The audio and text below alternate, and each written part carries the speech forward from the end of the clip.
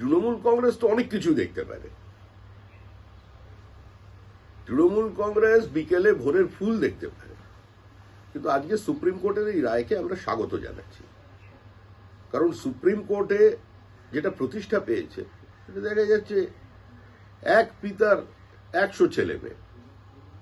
কোথা থেকে আবার নতুন ধৃতরাষ্ট্র এসছে তাকে খুঁজে বার করাটা নির্বাচন কমিশনের দায়িত্বের মধ্যে পড়ে।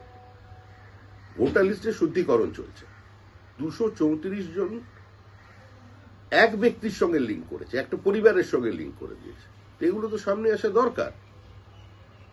আমরাও তো চাই যে এই ধরনের বিষয়গুলো মানুষের সামনে আসুক এবং সবাই এগুলোকে স্বাগত জানাবে।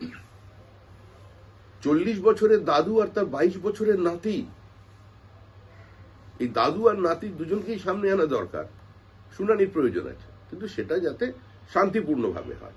যেভাবে আজকে তৃণমূল কংগ্রেস বিডিও অফিস অবরোধ করলো, যেভাবে এআরও ইয়ারোদের আটকানো হলো বা বিভিন্ন জায়গায় তাদের বাধ্য করা হলো ফর্ম না নেবার জন্য, যেভাবে বিজেপি কর্মীকে তুলে নিয়ে গিয়ে মিথ্যা মামলায় জড়িয়ে দেওয়া হলো আসানসোলে, যেভাবে আমাদের বিধায়ক অশোক কীর্তনিয়াকে উন্মত্ত মানুষ ঘিরে ধরল, এগুলো কিভাবে চলবে?